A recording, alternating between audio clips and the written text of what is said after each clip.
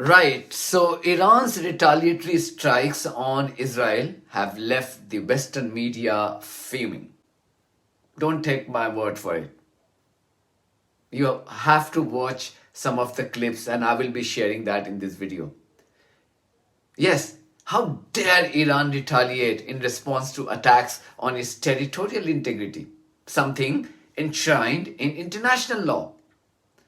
How dare you expect Israel to follow international law? So the Western media went into overdrive last night, and politicians from the US, the UK, and the EU reacted furiously.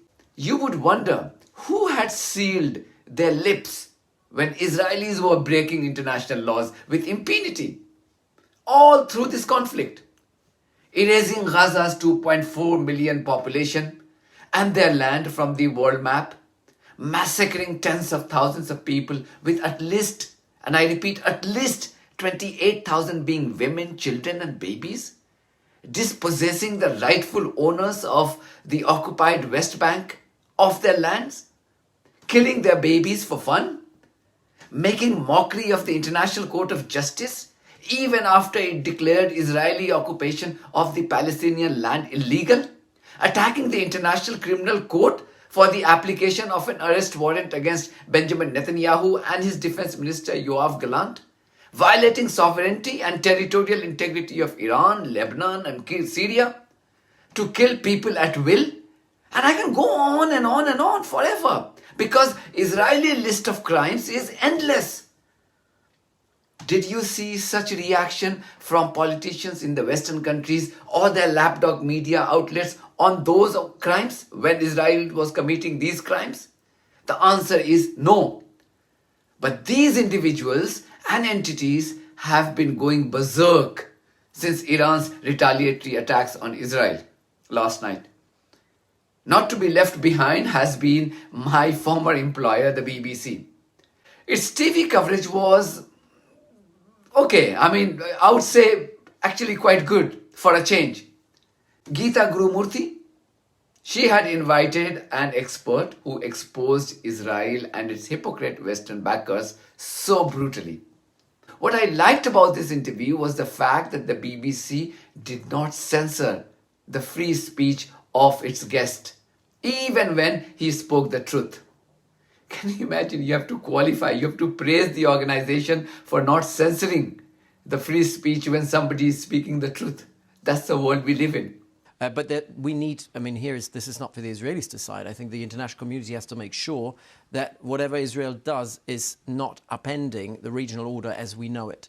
And the US has a responsibility. So we've been in this cause for 12 months now of constantly red lines being crossed, mostly by the Israelis. The Hezbollah and Iran have played it fairly rationally, trying to be very cautious in how they respond, trying to leave off-ramps where they could. The Netanyahu government has kind of lost the opportunity at every sort of junction to use an off-ramp that was given to them. But this didn't last long. As the morning dawned, I was tuning into a phone-in program of BBC Radio 5 Live. It's a radio station. This is the flagship show of the radio station presented by Nicky Campbell. By definition, this is an audience-led show where people phone into the program and Nicky speaks to them about the day's burning issues. However, what happened this morning would raise questions on the basic remit of this show. Nicky, who I don't remember ever discussing the Israeli aggressions or violations on his show during this conflict, dedicated the first whole hour to discuss the Iranian retaliatory attacks on Israel.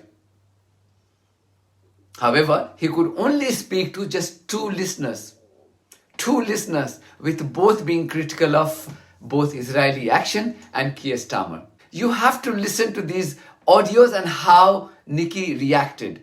Nicky first played the audio of Keir Starmer, who extended his support to Israel last night and released, 2.5 minutes long video. The BBC presenter then invited one Tony, is the name of the listener, Tony, on his show. Perhaps Nicky Campbell was thinking that the anger against Israeli genocide is only limited to Browns and Muslims in this country. He was in for a rude shock.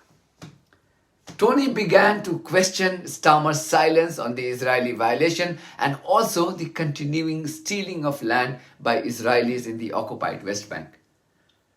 This is where Nicky interrupted and did not allow him to complete his sentence.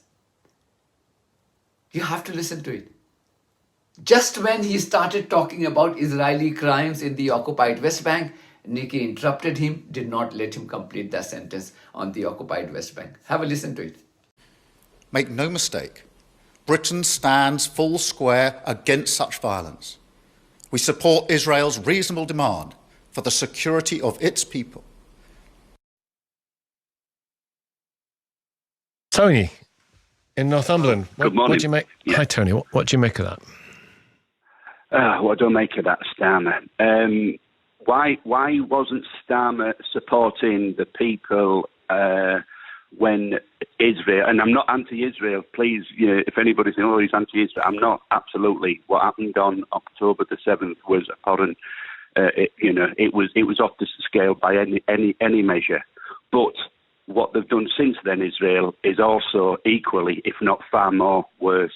But where was the Western governments when land was being bulldozed? And the Israeli government, this is the cause of all this. This is the crux of it all. For the last, what happens today is reflective for what happened 20, 30 years ago. The bulldozing and the seizing of occupied land. Okay, on the West Bank. That's what's causing it. But there are many cruxes. I'm not cutting you off for any other reason, but I want to hear from Andrew and I want to hear from Paul. But you've made your point very well. He then moved on to, Nicky Campbell then moved on to another caller called Andrew. Once again, a non-brown, or non-Arab, or non-Muslim. Once again, even this caller was critical of Israel and said that Israel and its backers have been the aggressors in this conflict. Caller Andrew also highlighted the Israeli genocide in Gaza and Israel's illegal invasion of Lebanon. Maybe Nicky wasn't ready for such a response, so he issued a profound clarification in support of Israel. Listen to the caller and the extraordinary clarification from Nicky Campbell. Andrew in Norwich. Hello, Andrew. Quickly from you, if you would. Yeah, just what Keir Starmer said last night about supporting Israel. I think they're very much the aggressor. And what I'd like to say, and I think I speak on the majority in this country to say that is not in my name. I don't think that the Prime Minister supporting Israel is in country's best interest. Having our military supporting Israel, which are committing war crimes and genocide in Gaza, now attacking Lebanon. As I say, they're very much the aggressor. And his words last night are not in my name. Okay, thank you very much indeed. Others would say, look, this is a battle against theocratic fascism and a sponsor of international terrorism, and genocide is a misapplied term. That's another side of the argument. I have nothing against my former BBC colleagues. But as somebody whose journalistic career was shaped by BBC journalism, and as somebody who's lived and practiced the BBC values even after leaving the organization, it hurts me when I see my former colleagues falling way short of their basic journalistic integrity and duty. They need to be mindful of the impact their conduct usually have on their personal integrity and the reputation of the organization. BBC journalists must realize that they simply cannot defend the indefensible. And also, it's not the job of a journalist to defend a country, particularly when that country has been engaged in genocide. That's not the job of a journalist, because then if you do that, you are subjecting yourself to proper scrutiny of your biases. The whole world knows who the criminal is. Watch this broadcast from Sky News, which is a private news channel. Sky News had invited a guest called William Patey. He has served as UK ambassador to several countries, including Sudan, Iraq, Saudi Arabia, and Afghanistan, among others. See what he had to say. I hope British planes were not involved. I hope we don't get dragged into a wider war. I think Israel will respond in some form or other. The extent of that response will depend on the But do you think that ultimately, given the position of the UK government, the US government, in terms of standing by Israel, should it be attacked? And if these missiles have indeed, done any kind of damage, certainly if we see any civilian casualties, Israel will respond. That will not only turn into a wider regional conflict, but are you concerned that it will bring in allies like the United States and the UK?